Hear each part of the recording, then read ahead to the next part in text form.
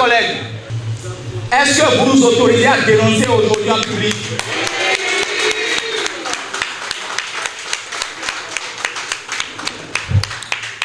Alors, nous allons d'abord commencer par les démarches que nous avons eu à mener en vain. À un moment donné, vous avez eu l'impression que votre syndicat ne parlait pas et que votre syndicat ne réagissait pas. Simplement parce que nous avons pris le temps de la sagesse, de discuter, de négocier, de faire des propositions. Et maintenant que nous sommes fatigués de faire le travail dans la discrétion et dans la discipline, nous avons décidé de dire en public. Nous avons demandé à participer aux différents travaux concernant les réformes. À un moment donné, nous avons constaté que soit quelque chose se fait dans notre dos, soit rien ne se fait, mais de toute façon, nous n'avons pas été associés. Vos représentants n'ont pas été associés. Et nous avons pris sur nous de dire que même si nous ne sommes pas associés, nous allons faire des propositions. Et donc c'est dans ce cadre que nous sommes venus en Assemblée Générale ici, vous annoncer que nous allons mettre un comité en place pour pouvoir élaborer des propositions en votre nom et les remettre aux autorités compétentes. Et donc quand nous avons décidé de faire ça, nous avons mis le comité vraiment en place avec le soutien de l'ENEAM. Et de ce comité, on a pu sortir un document de 50 pages que vous voyez ici. Dans ce document, c'est un document stratégique où nous avons parlé des réformes, où nous avons dit un certain nombre de choses. Tout ce qui, ou la plupart de ce qui vous préoccupe par rapport aux réformes, nous les avons dit dans ce document. C'est des collègues qui l'ont fait, ils ont interrogé d'autres collègues, ils ont fait le document. Quand le document a été fait, nous avons écrit à la ministre, qui d'ailleurs n'a jamais essayé de nous rencontrer. Nous avons écrit à la ministre pour demander que la ministre nous rencontre. C'est 2 mois après que la ministre nous a fait rencontrer par son secrétaire général. Et nous avons dit au secrétaire général un certain nombre de choses que nous attendons d'eux. Et nous avons insisté sur le fait que nous voulions rencontrer ne serait-ce qu'une seule fois Madame la ministre pour lui remettre le document que nous étions en train de finaliser à l'époque. Je crois qu'on était autour de juin, je ne me rappelle plus exactement de la date, mais je crois qu'on était autour de juin. De juin à ce jour, Madame la ministre n'a jamais essayé de voir qu'est-ce que nous avons à lui proposer. J'estime que même si c'est des propositions bancales qui n'ont aucun sens, pour une autorité de son rang, qui ne nous méprise pas, le minimum c'est de dire, venez, je veux voir le document tout au moins. Ça n'a pas été le cas. Madame la ministre se contente de donner des instructions à ses représentants, à nos patrons, qui nous répercutent ces instructions comme si nous étions des bétails. Nous avons accepté, nous sommes du bétail, mais nous avons commencé par refuser à partir d'aujourd'hui que nous ne sommes plus du bétail. Camarades, salut! Salut, camarades! Camarades, salut! Salut, camarades! À partir d'aujourd'hui, rien ne sera plus comme avant. Désormais, vous pouvez compter sur votre syndicat. Ce serait du fire for fire.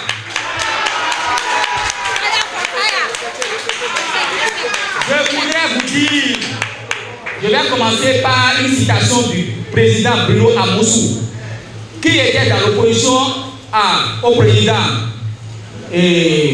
Yaïmoni, et qui disait ceci: si ceux qui apportent le feu ou ceux qui mettent le feu ne sont pas fatigués de mettre le feu, ceux qui apportent de l'eau pour éteindre le feu sont désormais fatigués. Et c'est pour ça que désormais ce serait du fire for fire.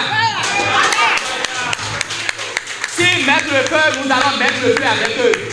S'ils nous traitent comme du bétail, nous aussi nous allons les mépriser.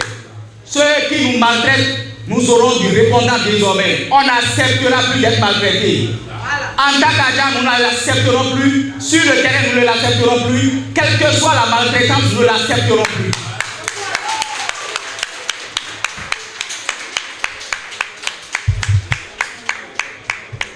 Camarades, salut. Salut, camarades. Comme je le disais, nous allons dénoncer un certain nombre de choses, un certain nombre de situations que nous vivons ici. Je vais commencer par l'établissement du PTA et du budget. Depuis 2 ans, nous passons d'abord le trimestre sans travailler, sans avoir les moyens, avant qu'on nous vote le budget. En 2024, le budget a été validé en juin. Alors qu'en temps normal, le budget salarial commence à être élaboré pour l'année qui suit en juillet. C'est-à-dire que nous avons fait 6 mois sans budget. Parce que Madame la ministre a choisi de mettre en place un processus qui étouffe, qui nous crée tous les problèmes.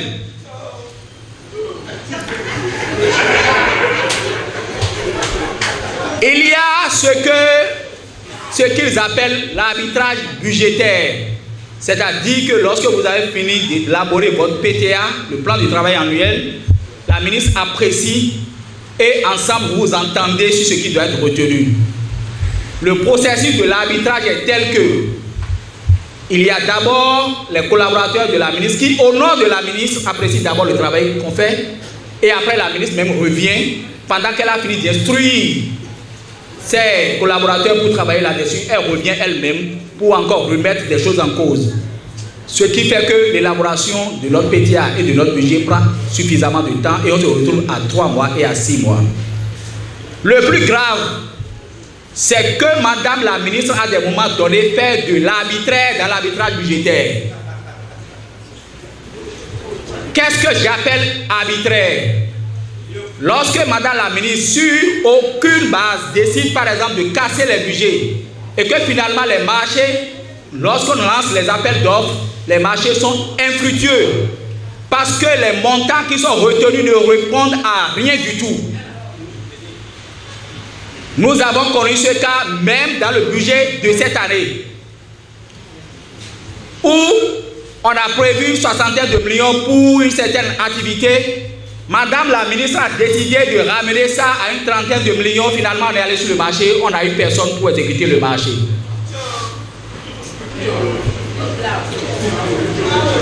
Parfois, lorsque vous écoutez ça et vous suivez cette situation, vous vous demandez si les réformes, c'est pour aller de l'avant ou c'est pour aller en arrière. Il y a eu beaucoup de choses qui nous montrent que le gouvernement a envie de faire de bonnes choses à la SLTB, ancien ORTB. Mais le processus mis en place par Madame la ministre pose le problème.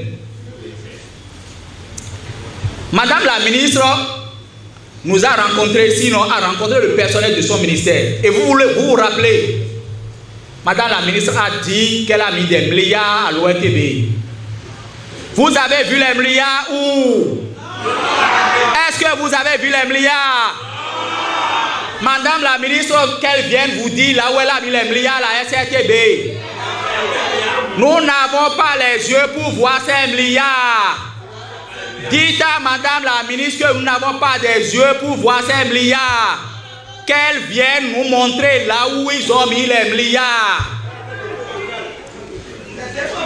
Je me rappelle comme si c'était hier que Madame la ministre a dit que l'ORTB n'a jamais eu autant d'attention. Je l'ai dit au SG du ministère et je le répète devant vous. Madame la ministre a peut-être de l'attention pour nous, mais j'ai dit, cette attention, c'est pour un mari qui rentre tôt à la maison, qui aide sa femme à la cuisine et qui dit qu'il est attentionné, mais au fond, il ne donne jamais la popote. Madame la ministre est comme un mari qui est attentionné, mais qui ne donne jamais la popote.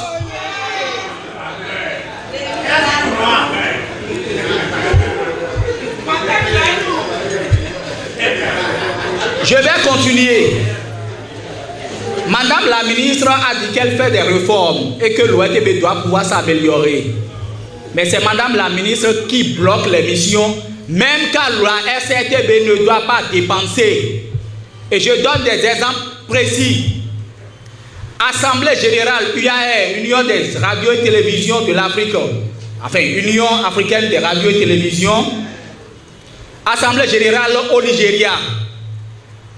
On a envoyé le courrier à Madame la ministre pour qu'elle puisse délivrer l'ordre de mission pour la délégation qui doit partir au nom de la SLTB.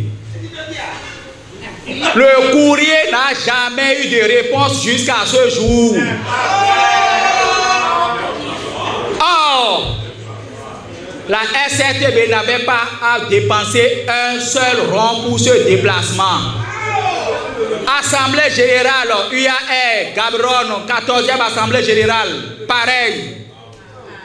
Formation sur l'intelligence artificielle à Lomé, pareil. Formation BBC Abidjan, pareil.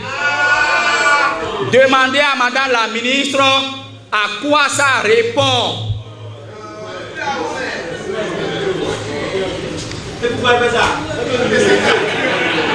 Si vous voyez Herman Kogame, vous pouvez lui demander. Notre collègue Herman Kogame a reçu un prix de l'UTI. Quand il a reçu ce prix, ils lui ont donné un voyage pour la Russie pendant le sommet Afrique-Russie. Il devrait partir avec un représentant de la direction. Le courrier est parti au ministère. Ils ont dit qu'ils s'activent pour sortir l'ordre de mission. Il n'a jamais eu l'ordre de mission. Vous pouvez lui demander si j'ai menti. Il a obtenu le premier prix.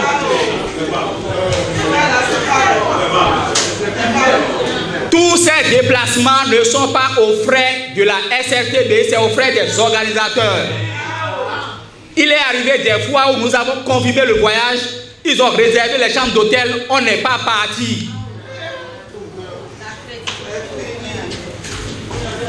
Il faut que Madame la ministre explique pourquoi elle fait ça. Il est arrivé où une collègue devrait aller dans un voyage où une délégation devrait partir du Bénin. Une première fois, on a attendu l'ordre de mission, ce n'est pas arrivé, la personne n'est pas partie. La deuxième fois, quand l'ordre de mission n'arrivait pas, la personne a appelé les organisateurs pour leur demander, pour leur dire, voilà la situation à laquelle je fais face. Les organisateurs disent à la personne, rapproche-toi d'un certain ministère, le ministère de l'Agriculture si vous voulez. Ils ont une délégation qui doit venir à la même manifestation, rapproche-toi d'eux. La personne s'est rapprochée, le ministère a signé l'ordre de mission, la personne est partie. Est-ce que vous pensez que c'est normal?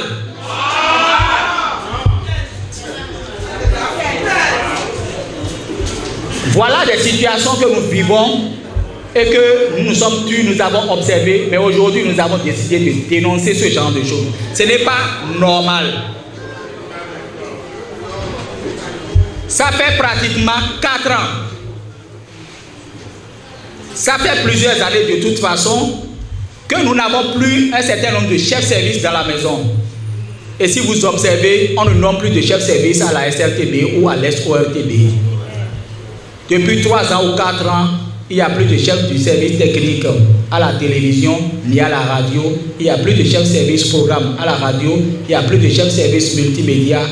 Mais rassurez-vous, Madame la ministre a eu des propositions sur ces postes plusieurs fois. Ces postes n'ont jamais été validés. De toute façon, si elle a validé, c'est qu'on n'a quand même pas les chefs de service. Est-ce que c'est pour que les choses marchent? Lorsque nous avons dit réforme, nous étions ici tranquillement quand un jour nous avons commencé par voir des blancs ou des étrangers dans nos locaux. On ne nous a pas dit qui ils sont, qu'est-ce qu'ils sont venus faire. Des recoupements d'informations, il y a eu un cabinet qu'on appelle TDF. Je suppose que c'est un cabinet, puisqu'on n'a jamais eu l'information de source officielle. Télévision France, je crois que c'est ça. Ils sont arrivés, ils ont rencontré des gens, ils ont tourné ici de octobre 2021 à ce jour. Qu'est-ce que ce cabinet a fait? Qu'est-ce qu'ils n'ont pas fait? Ils ont déposé leur rapport. Qu'est-ce que c'est devenu? Personne ici ne peut le dire. Que Madame la ministre nous dise ce que c'est. Qu'est-ce que c'est devenu TDF? Qu'est-ce que TDF est devenu? Alors, nous sommes obligés aujourd'hui de demander des comptes à ceux qui sont en train de mener la réforme. Parce qu'en réalité, il s'agit de notre vie, il s'agit de notre carrière après tout. Enfin, ce n'est pas du militantisme, du syndicalisme chemin, mais c'est une manière, et je sais que graduellement, on finira par y arriver.